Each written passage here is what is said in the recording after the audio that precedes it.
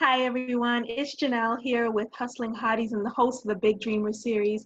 I'm here with Kyshira Moffett and I am so excited to share her story with you guys. Hi Kyshira, how are you? I am great. Thank you for having me. Oh no, thank you for being here. Can you tell us about your business? Absolutely. So I have two business ventures right now. My legacy business is my brand strategy and coaching business, which is under the umbrella of the Power Collective. And essentially, in that business, I help women package their expertise, brand their brilliance, and monetize their online presence. And I mainly do this through various one-on-one coaching programs. Underneath my coaching business, I also have my blog, and my blog actually came before everything, and it's Hermovement, and that's where I write and I have videos and things like that on business branding and even some lifestyle topics within that. And there is too where you can find courses and books and downloads and all kinds of things to get you started. And then once you've gotten started, you've started to make some money in your business and kind of gain your footing, then you're at a place where you want that high level coaching, and that's where the Power Collective comes in. So I've had my coaching business since 2014. And then my second business is a new business. It's my little baby, and it's called Life of a Bombshell Cosmetics, and it actually launched in April 2017. And the tagline is makeup that matches your hustle. So it's meant to be makeup that will inspire and motivate go-getters to continue to handle their business throughout the day. So I offer lipstick, eyeshadow, makeup brushes, all kinds of cool things over there, Life of a Bombshell, and it's affordable luxury. So I recognize as you're growing in your business and your career, like you may not have all this extra coin to spend on makeup. So Life of a Bombshell is there to ensure that you still look fabulous. So those are the two businesses that I currently have. Wow, that's a lot. How do you handle all of that? Well, it's been a fun ride and an interesting journey. And keep in mind that Life of a Bombshell has only been around for 1 year. So I've had several years to get my coaching business under control, I would say, pretty streamlined. I have really great tools and softwares and things like that where I can literally take time each quarter to plan, write, create, and then automate. So when I do my emails and social media, I can plan that stuff out up to a year in advance. I like to do it a quarter out just to keep things relevant and timely. When it comes to my courses and books and digital products, like those things are all electronic. So a good portion of my business doesn't really require much effort from me. And then when it comes to my coaching, I don't accept a ton of clients. I'm very exclusive about who I can work with, how many people I take on per month. So I do not take 1,000 clients each month because I aim for a very high level of service that honestly just doesn't allow me the space to have that many clients. So that business is pretty streamlined, which allows me to be a little bit more in the weeds of Life of a Bombshell and growing that and figuring out what that looks like and things like that. So it's been a lot of prioritization, a lot of calendar management, just being very disciplined about when certain things need to get done and being very proactive as opposed to being reactive. I think you answered my question I was going to ask you was about the strategies that you use to make these businesses successful, but you said automation, you said pre-planning. Is there anything else that you do in your business Yeah, that absolutely. So the helps you question keep is, functioning? yeah. So with the coaching business too, it's like, one major thing that I stress to entrepreneurs is the importance of having clear and defined goals. And I think a lot of times we don't. Our goal is just get the thing up and running, get the website going, and make some money. We don't actually have predefined goals. So when you look at your goals, I prefer the quarterly basis. It's how many new clients do I want to acquire this quarter? Okay, great. Okay, well, what's the revenue goal associated with that? And I'm able to review my marketing, my social media, anything that I'm doing to make sure that everything that I'm doing actually gets closer to those goals, and they're not just feel good activities. There's a difference between brand building activities and revenue generating activities. And brand building activities are important, but it should be like 80-20. 80% revenue generating, 20% brand building. Brand building does not always equate to dollars and cents, which is why a lot of people go broke real fast in their business because they're spending money on the things that they shouldn't up front.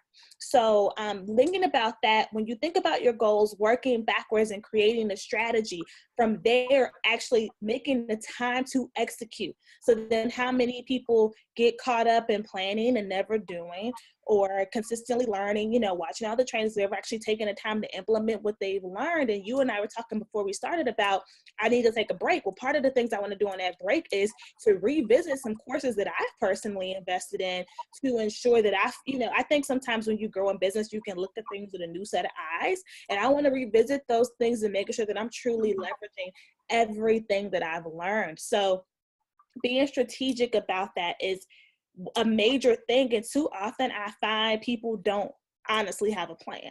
They think they have a plan, but they don't have a full-on plan. And then for my makeup line, you know, it's very similar. You know, I have dedicated days where I'm doing emails, dedicated days for shipping and processing. You know, I have a goal around how many vendor events or pop-up shops I want to host to get the brand out there. So it's again, strategy focused. You know, what's my goal here? What am I looking to accomplish? And then let's figure out what exactly do I need to do to get me there. Oftentimes the things that I need to do to get closer to my goals is actually a shorter list than the things that I was planning to do that relates to nothing. That's perfect. Yep, because everybody's constantly doing something, but it's like, are you really doing something that's getting you towards your goal and actually making you money? Because that's the ultimate goal at the end of the day when you have a business, is to make money. Yeah, absolutely. So what is one outrageous goal that you said you set and you've accomplished? And it was like, I never thought I would make that goal accomplished. And I'm turning because I have my little goal wall. These Post-it notes is like my little manifestation / goal wall. And I'm looking, and you know what? One of the big things I wanted to do was two things. So one, I wanted to have my own planner.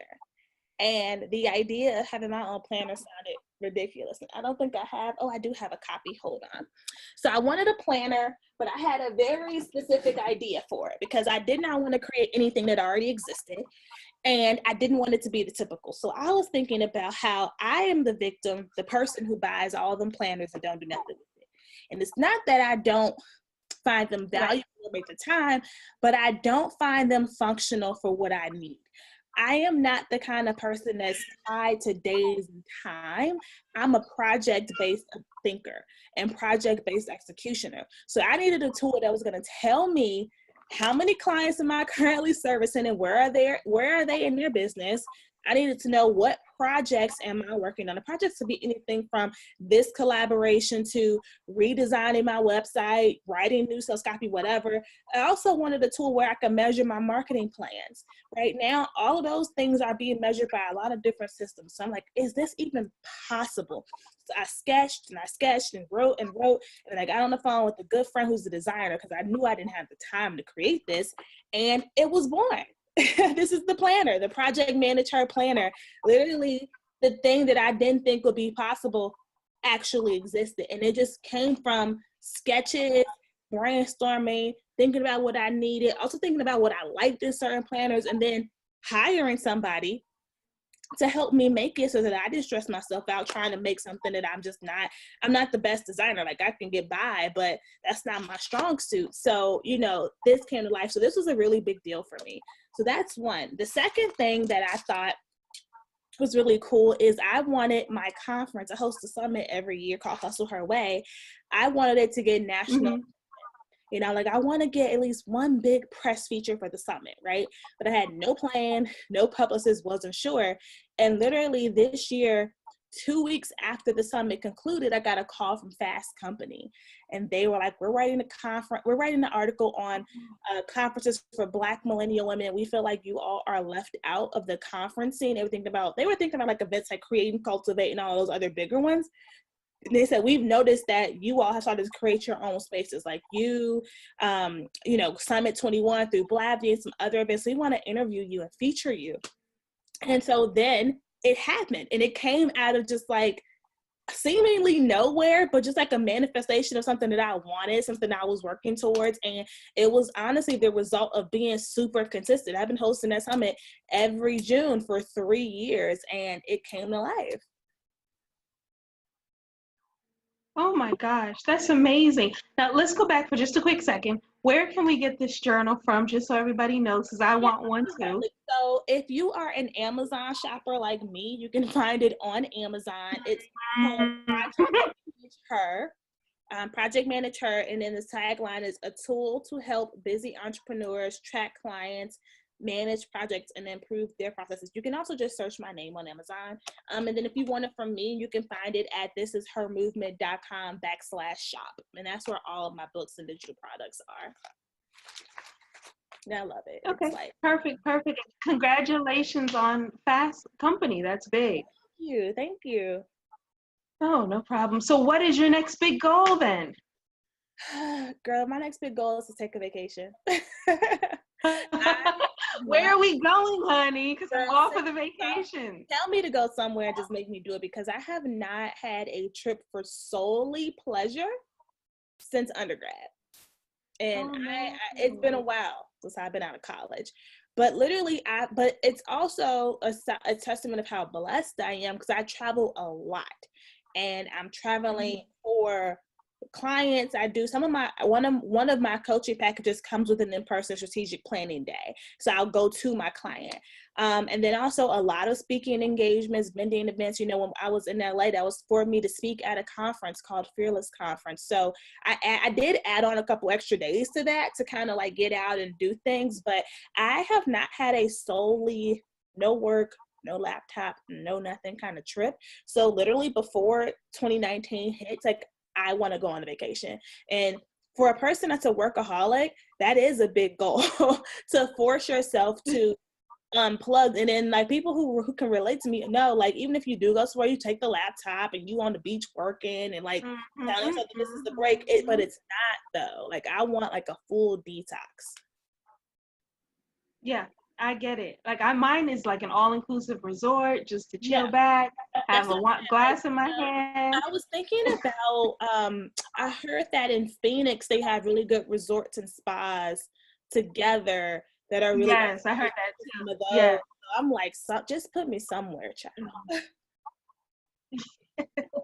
Yes, yes, I love it. So if you could tell your 15-year-old self anything, what would it be? Oh, that's a good question, sis. At 15, I thought I wanted to be a doctor.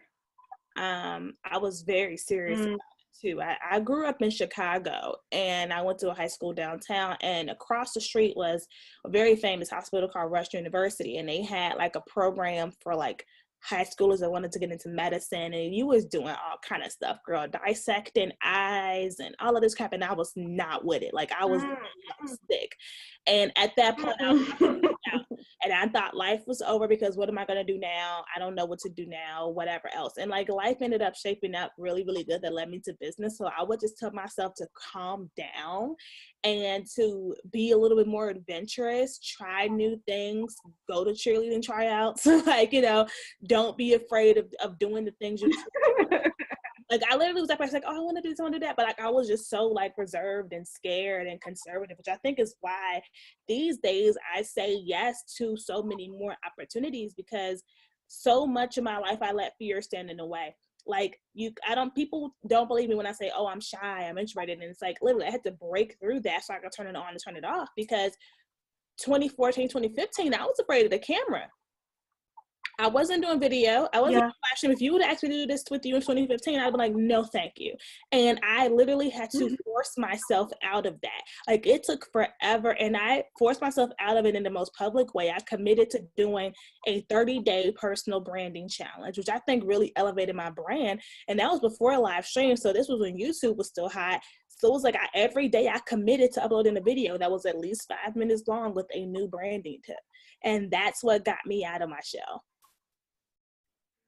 I like that. I might do one of those myself. I need it. This is my breakout of the show because nobody knows me. I have this brand, but who knows my face? So I mean, here and I am. So yeah, you got to do that one thing and just push yourself. you keep doing this, girl. Like, keep doing it, keep experimenting, keep doing the lives. Even if nobody shows up, keep doing it. That's how you build the following and build the interest and build the engagement. And also with things like IGTV, you know, like pre-recorded video starting to come back into play too. So, you know, I think in our world of teaching and coaching and consulting, people need to see you and hear you. So, you know, I think honestly, I feel like I would have been so much farther if I would have gotten over that a year earlier.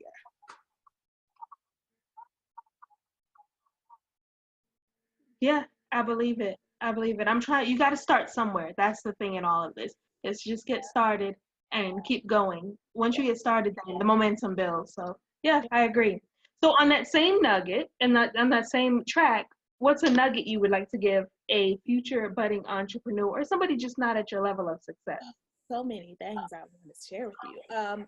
You know, first, I think I would tell you to do whatever inner work you need to do to love yourself and to fully believe that you are capable and you have a gift that needs to be shared, and that even if you've made no money yet, you are still abundantly blessed, because the online space can intimidate you. It can make you feel like you're not as valuable as you are. You can fall into comparison syndrome with the people you're following online, and you will find yourself becoming inauthentic. And I don't want people to ever lose themselves. It may take you time to see results. That's okay, but don't throw in the towel and don't start to feel like you need to become somebody that you're not to be successful. So do whatever inner work, because we all got something. So do whatever inner work you need to do so that you can be strong and steadfast in this journey.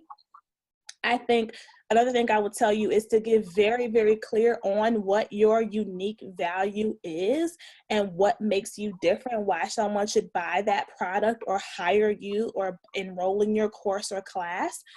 Because that's going to be something that you want to hone in on. Everybody's market is crowded and saturated. So when you figure out what your unique thing is, you can really bring that to light, really let that shine.